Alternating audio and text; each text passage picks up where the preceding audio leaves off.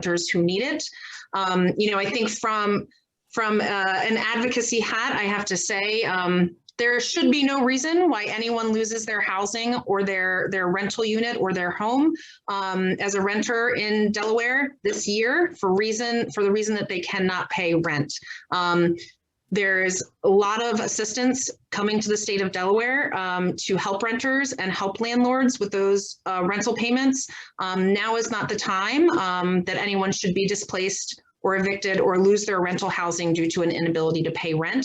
And what Marlena is going to talk with us about today, the Delaware Housing Assistance Program, is how to access those resources. So I'll say no more other than we are going to make time at the end of the presentation for question and answer. So as Marlena is going through her presentation and talking with you all, please feel free to enter questions in the Q&A or the chat. We prefer the Q&A, but we'll monitor both in case you accidentally put it in the chat. And we'll make sure to get those questions to Marlena before the webinar is over and do our best to answer. She'll do her best to answer those. So please put them in there. We'll be monitoring questions that way. So without further ado, Marlena, I'm going to hand it over to you and take it away. All right. Thank you. And I'm very sorry for being a few minutes late. I had some technical difficulties at the office and with the internet connection and needed to run home. That means I don't have my PowerPoint, but I'm going to keep working on getting it. And otherwise I will share my screen. And thankfully I have done this presentation enough times that I think I can mostly go through it without the backup of the slides. But thank you again, Rachel, for the introduction and pulling this together for the COC membership. This was a group that was high on my list of groups that I wanted to make sure we did trainings for this relaunch program, especially some of the changes to the program now, I think, make it even better suited to some of the households that you might be working with. By way of kind of background on it, so really early on in March 2020, we launched a first version of the DEHAP program that was able to offer rental and utility assistance of up to $2,000. And we've done different structures along the way. I think we've learned a lot along the way with our partners. As we learned more about the federal funding that was coming to Delaware through the CARES Act, and I think we were all getting a better sense of how long this situation was going to last and what the needs were, we worked towards a relaunch of that program in August of 2020. And it ran from August to December of 2020, offering up to $8,000 of assistance using some federal funds from the CARES Act. Altogether, those two versions of the program helped a little over 4,000 households with about, I think it's close to $15 million in the end, which I think, for the scale of that type of program is a lot. And we're really pleased that we were able to help that many households. When we did some survey follow-up, we found that many stated that the program had helped them avoid eviction and resolve potential evictions, and that I think like 96% were still in the unit where they had received the assistance. So one new development towards the end of last year was the stimulus bill that was passed and signed just before the start of 2021. And that included significant new funding for a new federal emergency rental assistance program. And that established a small state minimum of $200 million.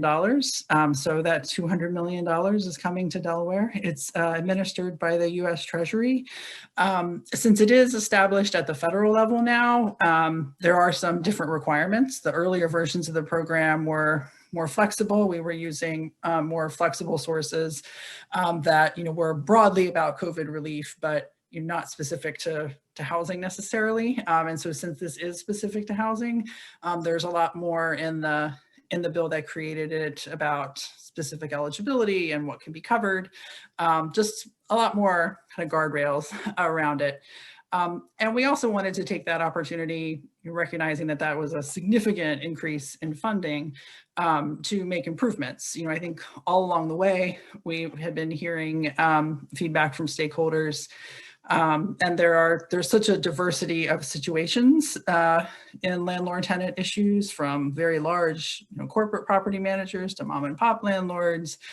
Just such a it's a diverse group to meet needs and try to make sure that we were making the program accessible for as many households as we could, that we were reaching the households with the greatest needs.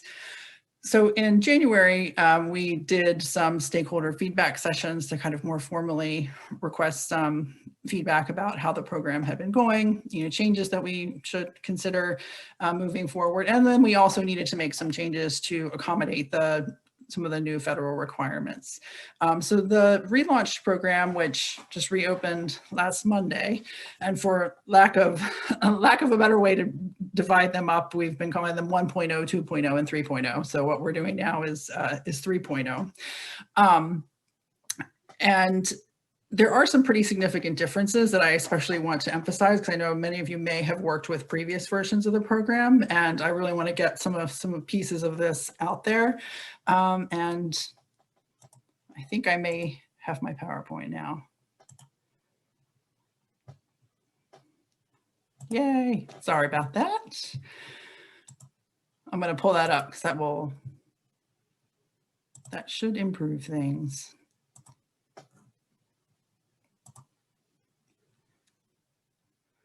And make sure I don't miss anything.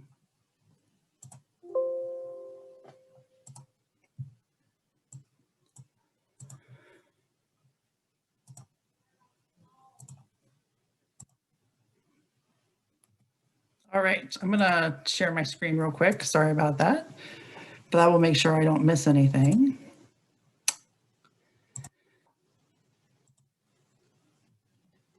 And slideshow. All right, hopefully that is working. I got the green UR screen sharing thing. All right, so that's a recap of just the 3 versions of the program. I went over a little bit more detail about the assistance that was provided during those. And some of the feedback that we got from the earlier versions of the program were really around first, documentation, that requirements should be as streamlined and as online as possible, and a really broad interpretation of COVID-19 impact. That was a common barrier for folks who were applying in the 2.0 version of the program. That communication was something we could improve, more features in the application portal around status notifications and being able to log back in and get more detail about the status of an application would be helpful. And also how to apply. The first version of the program was a kind of tenant-driven program, so it was a very basic application. And then there was follow-up to get the required documentation. The second version of the program was landlord-driven, and that worked well for some folks. It did not work perfectly for everyone. I think we realized that that was a significant gap, that there were some landlords who, for different barriers or challenges, wouldn't or couldn't apply, and that made it difficult for tenants to apply. We did add a paper application process as a sort of workaround for those situations, but that was not ideal, and that was something we really wanted to change. And then lastly, that we wanted to make sure we were doing as much marketing as possible to reach households in need, and to make sure we were kind of getting to the households who needed it most. Oops. So a couple of things that are new in the new program. The first biggest one, I think, is there's a new application portal. It can be accessed by tenants or landlords, and either party can initiate an application. It's a little more geared towards the tenant initiating the application. So the landlord can start an application, but they aren't entering a ton of information. They're basically entering kind of their property information and then the tenant's contact information, and it's a prompt then for the tenant to log in and enter their own information. There are a lot more communication features. There are some significant changes to the documentation. It's been reduced quite a bit, and a lot of things that folks had to sign off on paper have now been incorporated into the portal. So folks are kind of moving through section by section and signing off on pieces, which helps a lot to make sure that there aren't kind of, you forgot to sign on this line kind of issues that delay application review. It now can include utilities that are due to the landlord. Two really big changes that I really want to emphasize are that the maximum is now up to 15 months rather than just a flat dollar maximum, and it can cover forward rent. So that 15 months can be kind of any mix of arrears and forward, and it can cover forward rent in 3-month increments, which I'll get into a little bit more.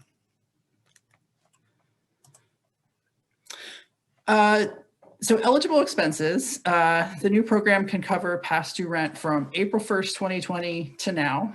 It can cover future rent as well in up to 3-month increments. So households do need to come back every 3 months to recertify their eligibility. It's pretty limited, it's not extensive, but we need to make sure they're kind of still living in the same place, that the rent is still the same, that their income is still eligible every 3 months.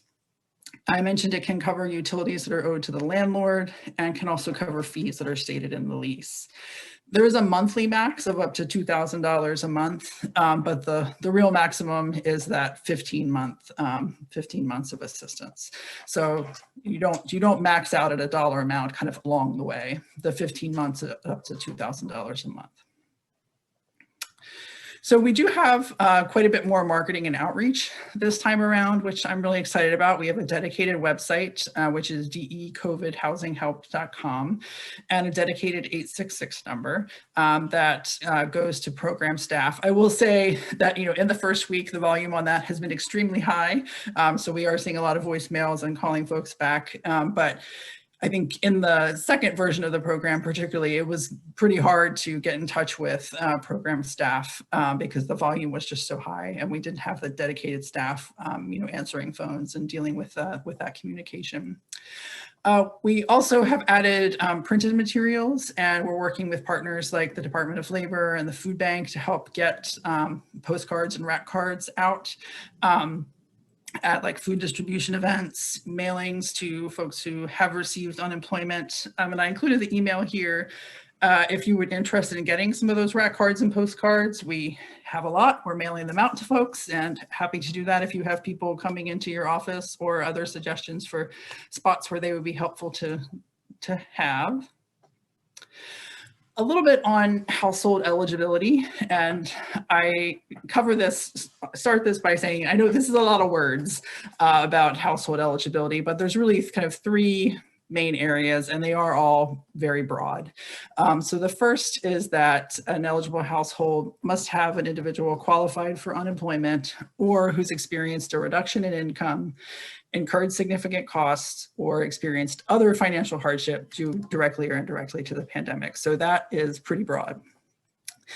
The second one is a risk of experiencing homelessness or housing instability. And that could include any past due rent or utility notice or evidence of housing cost burden. And lastly, income needs to be below 80% of the area median income, and that is a federal requirement. So a couple of other eligibility topics that come up frequently. One is manufactured homes on leased land, lot rent is eligible. Subsidized units are eligible, and tenants with rental assistance vouchers. So we can only help with the tenant portion of the rent, obviously. But those households are eligible. Room rental situations can be eligible. It kind of depends on the details, but should work. And a last really important point is past DEHAP recipients. So past assistance does not count towards the 15-month max. So previous recipients can apply again, and the assistance they got before does not kind of come off of the future assistance. They do have to apply again under the new program. That we really, with the new data collection that we're doing and the program changes, they do need to come in again under the new program. But the bonus is the previous assistance doesn't reduce what they're eligible for. A couple of things that are not eligible. One are rent arrears when the household has already been evicted or moved out. So the household does need to still be in the unit. Hotel and motel stays are not eligible. Security deposits are not eligible. Utilities that are due to the utility company at this time. That is something that we will likely be adding, and the overall federal funding can be used for utilities. We really are kind of thinking through the best way to make that available, especially at scale, so that we expect that to be added. But at this time, we can't pay Delmarva bills directly. And then lastly, subleases. These were a common issue in the second version of the program. We are just in doing this initial kind of training and things, we are hearing some feedback about a lot of those situations that are really valid. And so we are looking at the exact policy around subleases. So there may be some changes or edits there, but the key thing is really that we need documentation of that the person is living there, that they owe rent to someone, and who they owe rent to and how much. So that's what we need to figure out how to document whatever the situation is. So the required documentation is pretty limited. And there are a lot of kind of workarounds for these. So that was something we heard a lot of feedback about was, situations where folks don't have leases or there's identification issues or income documentation issues. So on all of these, there is pretty extensive information about different options. So in the end, that makes the program information look a little more overwhelming because there's like a lot listed there. But what's actually required is pretty limited. It's just that all those extra words are giving different ways to get at the required documentation. So the most standard situation would be someone needs to submit their lease, they'll have a driver's license or other common source of ID, income documentation, they say they have their 1040 from 2020, that's ideal. And if they received unemployment, documentation that they received unemployment. If their COVID-19 impact was any of those other situations, like their hours were reduced, they lost their job and weren't eligible for unemployment, or daycare costs increased significantly. If it's any other financial hardship, they're going to self-attest to that in the process of doing the online application. So they do not need to document that. And that was a particular barrier for a lot of households in the second version of the program, was coming up with that documentation, which we recognize as a problem for a lot of households. And so that self-attestation option should really make a significant difference there. And if folks don't have exactly any of those things, like I said, there's alternative options for most of them, including income. If folks don't have income, there's there's sort of tiers that you can go down looking for the documentation that's available. Particularly on income, that's something that the Treasury guidance has been pretty clear that we need to at least try to be getting income documentation. So if folks have a 1040 from 2020, that is perfect and ideal, and that works perfectly, and they don't have to submit anything else on income. If they don't have that, they can provide documentation of all sources of household income for the past 30 days. And if they don't have documentation for any of those, they can do a self-attestation to those sources of income. If they have no income, the application portal will prompt them to do a self-certification that they have no income. It'll kind of ask a couple of jogging questions to be like, are you sure? What about this? And if they answer yes to any of those, it will bounce folks back to the income page. Oh, and from the landlord, this is the same, a W-9. We have to have a W-9 to be able to pay folks. We need the landlord to confirm the rents that are due, and a voided check or other account information confirmation. So the applicant on the tenant side does not need to does not need to provide that or upload it. The tenant, after they enter their information and it all is reviewed and they get pre-approved, that then prompts an outreach to the landlord for them to log in and provide that stuff if they haven't already for other tenants. So how to apply? From that DE COVID Housing Help website, there's a link to the application portal. It first asks some pre-qualification questions. I think there are 5, and all of those need to be yes. If all of those are yes, it prompts folks to register and then start to complete an application. So one key point here is that all applications must be submitted via the portal. Faxed, mailed, email documents, applications cannot be accepted. We definitely got a lot of requests for that in the second version of the program, and we made that paper application available. But my sense was that we weren't serving those folks well by doing that, because just the process of getting them was extremely messy. They were usually not complete, or we would be getting like different pieces and different pieces of mail from different parties. And it added a lot of delays to the review time. We want to make sure that there's help available for folks who don't have technology access, but we need all the applications to get into the portal. So we are working with some community partners who can help households submit applications, who have like technology barriers or language barriers or other challenges, just maybe need some hand-holding to walk through the application and understand the different pieces. And that will be live. Very soon. So I kind of covered that a little bit already, the process. The communication is primarily back and forth through the portal. So when folks log in, there's like a dashboard and they can see messages. And if they have new messages, like from the reviewer, they'll get a notification that you have a new message, log in and check, and it'll tell them if they need something new or if the status has changed on their application. That notice to the landlord comes after the tenant materials are pre-approved. The landlord then confirms the amounts that are due, agrees to the terms and conditions, and uploads the W-9 and their payment information. For the landlord, that should be pretty easy, and especially those who have multiple tenants don't have to do it over and over again. So if they've already uploaded all their W-9 and all that other information, they just need to confirm the rents that are due.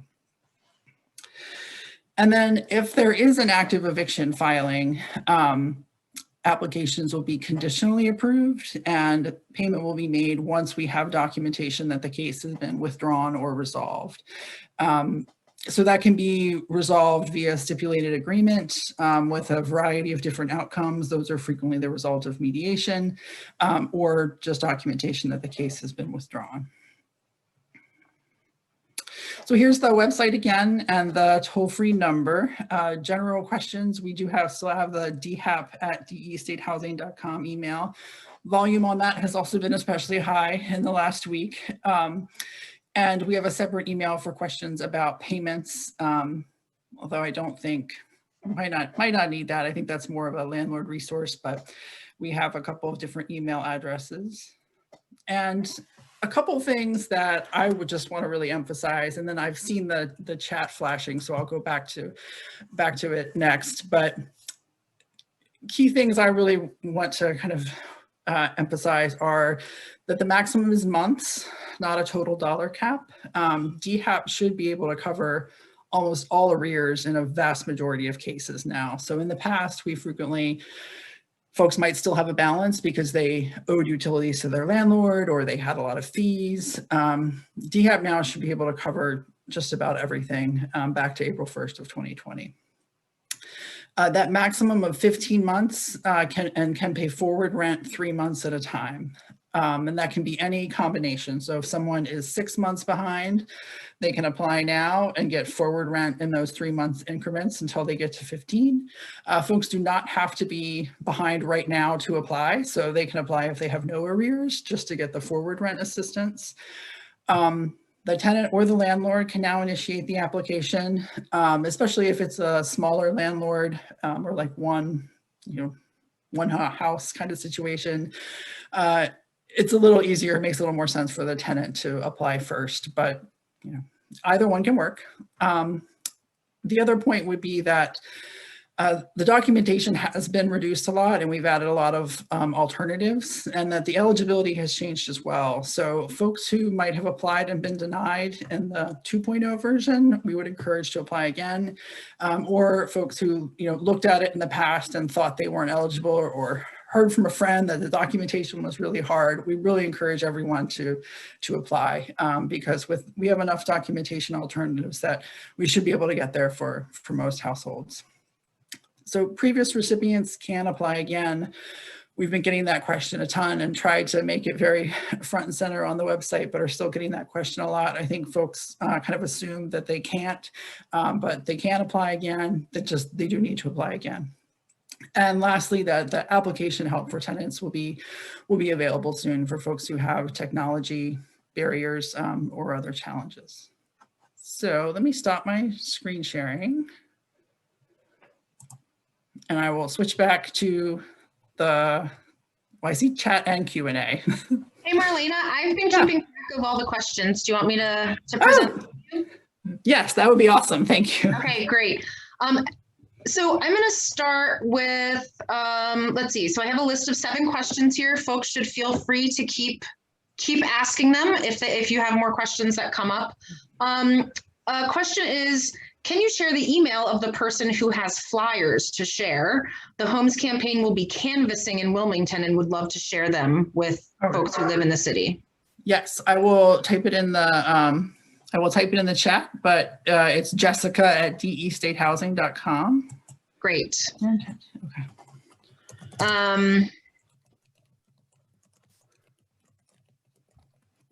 So it sounds like folks who want flyers about the program to share in their community should feel free to reach out there, Marlena, and she can send them electronic versions of the flyer. Yep. So electronic, or we can send you paper stuff too. I know we had one landlord who requested like 2,000 rat cards. So we just did a special order and had them shipped right to them. We do also have like social media graphics and things like that. If you wanted to put a blurb on your website and want a graphic to go with that, we have things like that too. Great. Thank you. We want that if we don't have it already. So we'll reach out as well. Okay. Have there been community partners identified who are helping prospective applicants get help? So we do have 4 that we are starting to work with. We may add more. I think we've had a hard time really gauging how much demand there will be for that. On the one hand, the application is a lot easier. On the other hand, we're doing way more outreach and marketing, and there's a lot more funding, and the eligibility is broader. So I think we're going to check in the first kind of month and see how much demand there turns out to be for that assistance. Okay. I think you may have addressed this, but I want to make sure it's clear. Is this assistance available for people who are staying in rooms, is the question. Yes.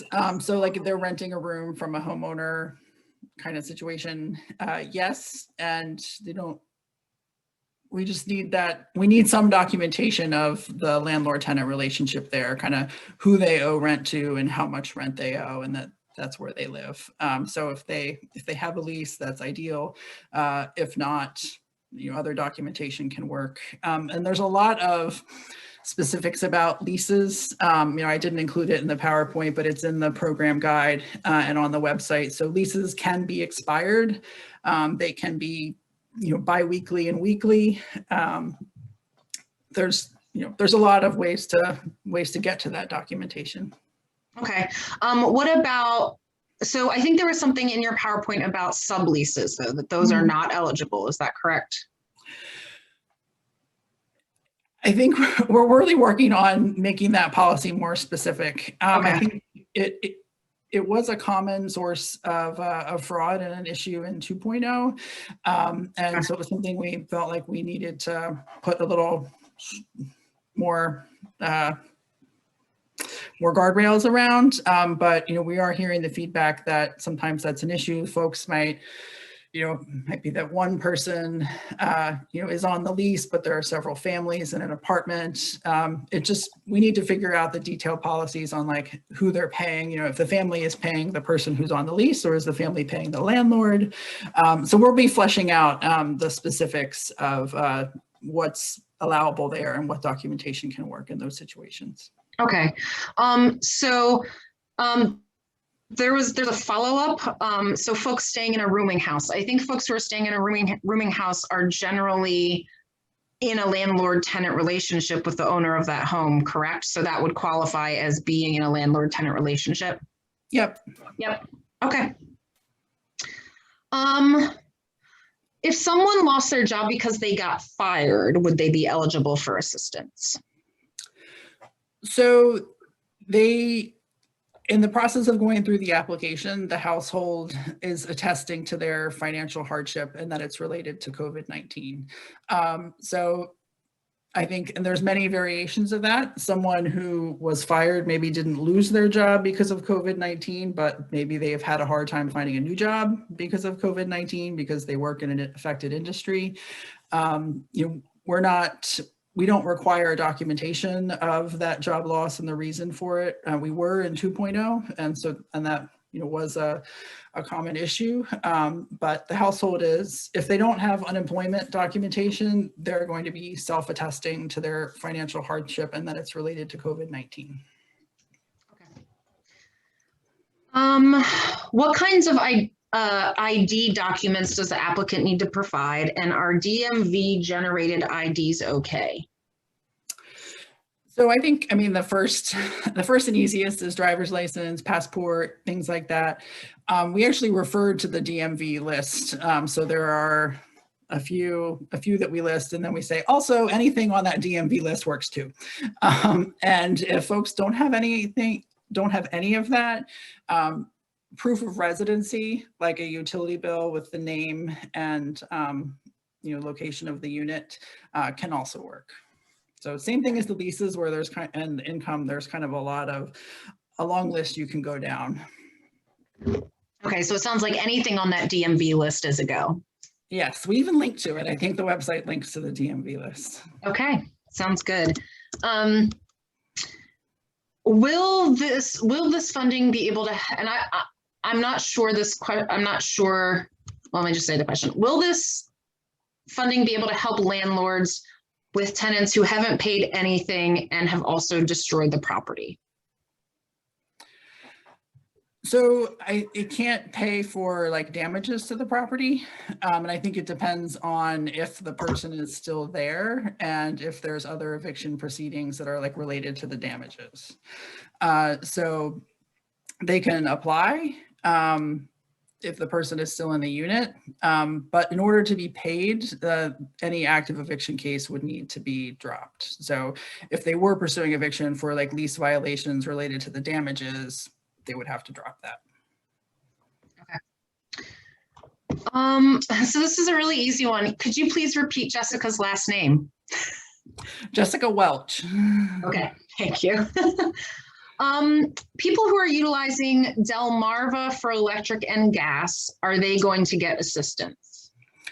So right now we can only pay utilities that are owed to the landlord. We will be adding other utilities. Okay, but so they could be paying utilities to the landlord. It doesn't matter who that utility company is. Yeah, as long as it's stated in the lease. So if it's that the tenant pays the sewer bill, but they pay it to the landlord, and the tenant is responsible for the sewer bill, but the landlord pays the sewer bill and the tenant pays the landlord, we can pay the landlord for that. Gotcha. But going forward, you're going to be launching additional utility assistance? Yeah, we will be making funding available for utility assistance, exact format, TBA. Okay, got it. Have you heard of any instances where a landlord has significantly increased rent knowing that they can apply for the program and that the tenant won't be able to rent somewhere else due to a reduction in their income or unemployment? Not specific circumstances. I've heard it mentioned, but not specific cases. And on our end, I don't know that we would be able to tell necessarily. If a rent increase has already happened, we're not asking for the 2 previous leases. We're just asking for the most recent lease. Okay. If a landlord has expressed that they will not be renewing a lease that is set to expire in June, and the tenant owes rent due to COVID job loss, would their application be approved? I mean, if they're still in the unit, as long as all the other eligibility, and documentation stuff is met, I don't see why not, as long as they're still in the unit. Yeah.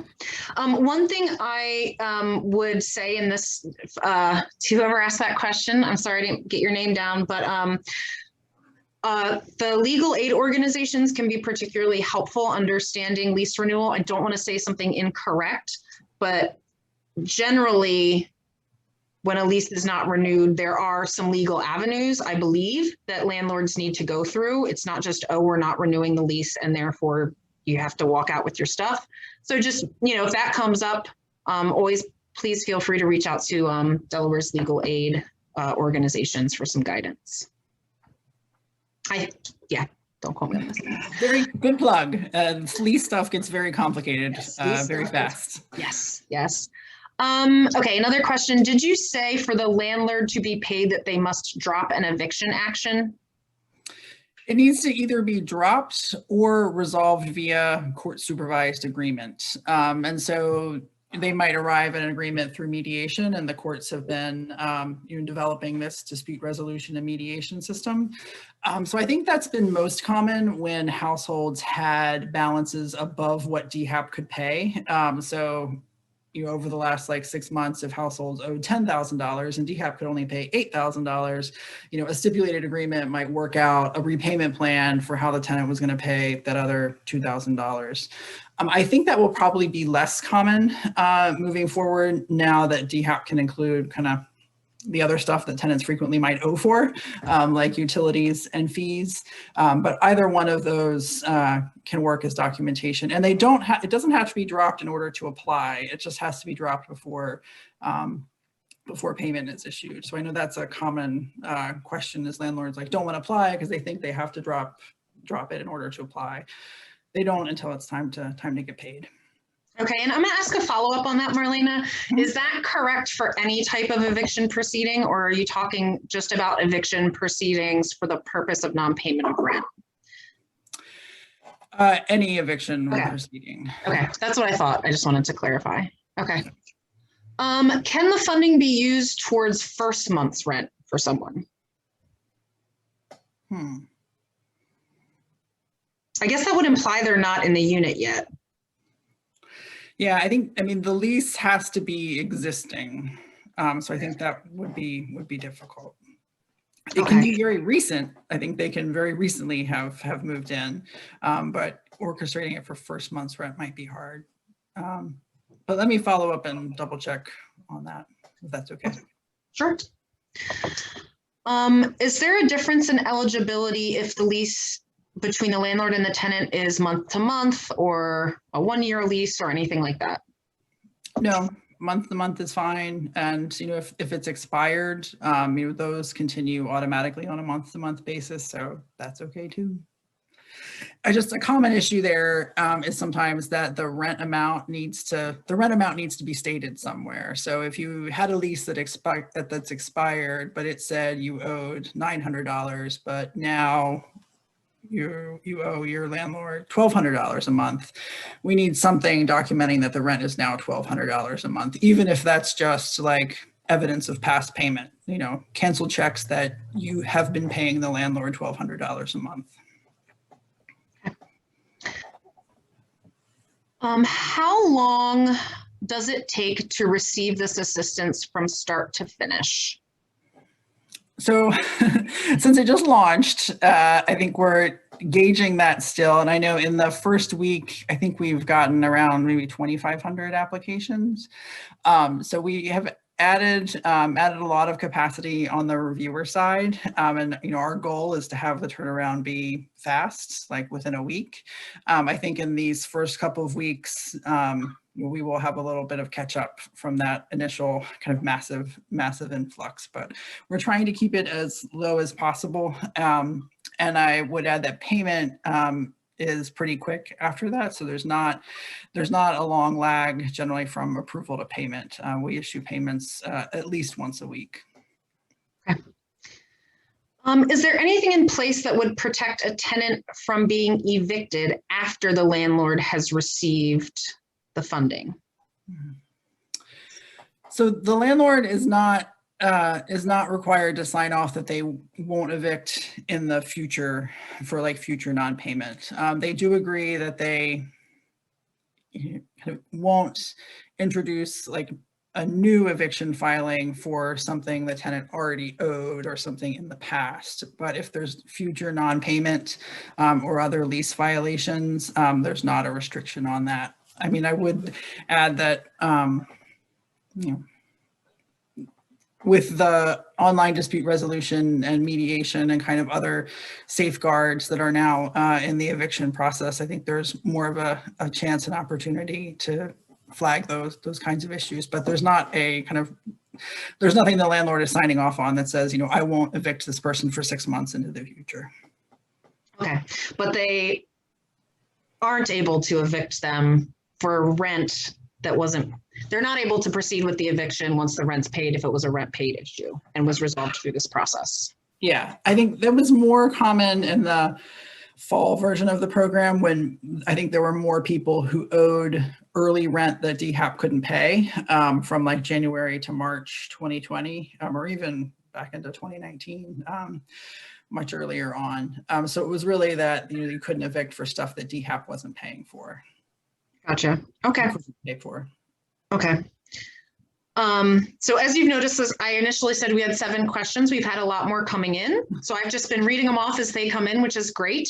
So we have another one. If the application is mostly online, how is documentation such as the lease or the amount of rent due being uploaded? So it's uploaded in the system. So if you have like a scanned copy of the lease in your email, you can use that, or you can take pictures as you go. So it can be pretty much any upload format? Mm-hmm. Okay. I think in early last week, some folks were having issues with file size that I think we went back and had that increased. So that shouldn't be as an issue anymore, but yeah, it's all uploaded through the portal. Okay. Well, I believe I have addressed all of the questions that were asked from our attendees.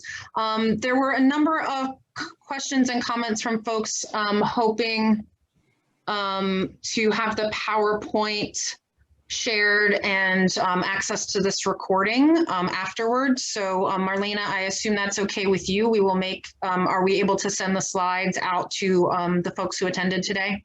Mm-hmm. Yeah, I'll send you a PDF of them. Perfect. So yes, everyone, you can look forward to having the slides available. And I will note, there was one message here from West End that says they're interested in being a community partner. So I'll just let you know that. And we will make sure that the PowerPoint slides get shared. And the session today is also being recorded. Any other questions, please feel free to add them. Marlena, do you, and if they come up in the next few minutes, we'll address them before we close. Marlena, do you have anything in addition you'd like to add that you feel like you missed? I think, no, not that I missed, just everyone apply. If in doubt, apply. Yes. And, even folks who maybe, I know this question has come up, folks who are getting rapid rehousing, but that might be like winding down. You don't have to be behind to apply. And so it's an excellent thing to kind of get in on to get the help for forward rent. So let me ask a follow-up question on that, actually. So if you're applying for forward rent, is it just that you need to show that your income isn't sufficient to meet that rent? So just any And this is a self-certification, so it Okay. doesn't have to be documented. Just if anyone has any past due rent notice from the past year since April of 2020, or any member of the household has experienced homelessness in the past year, or if their rent is more than 30, rent and utilities are more than 30% of their income, they can self-attest to any of those. That's great. Thank you for reiterating that. We have a question from Don Farrell. Are you able to give future presentations? Certainly. We have been taking this show as much on the road as you can take anything on the road right now. So we are happy to do that. Feel free to email me or Jessica her email that I put in the chat box for suggestions, groups you'd like to bring it to. We also we'll be adding some more how-to videos to the site. We don't have those up yet, but we'll be adding more of those too. Okay, another question. You referenced a guide to the program or a guide to how to apply. Is that available on the website as well? Yes, so there's a program guide on the website. I will say it's a little dry. It's mostly the content from the website, like put into one document, just as a kind of program policy guide. But yes, it's on the website. Okay. Great. Well, thank you everyone so much for attending. I hope you all got your questions answered. We will make the materials available to you after today. Yes, apply and tell your community partners, folks you're working with, landlords you work with, please tell everyone to apply. This is a great opportunity to keep people stable in their housing and to keep landlords stable in their properties as well. So thank you so much, everyone, and I hope you have a great afternoon. Thank you, Marlena, for your time today. Thank you very much. Take care.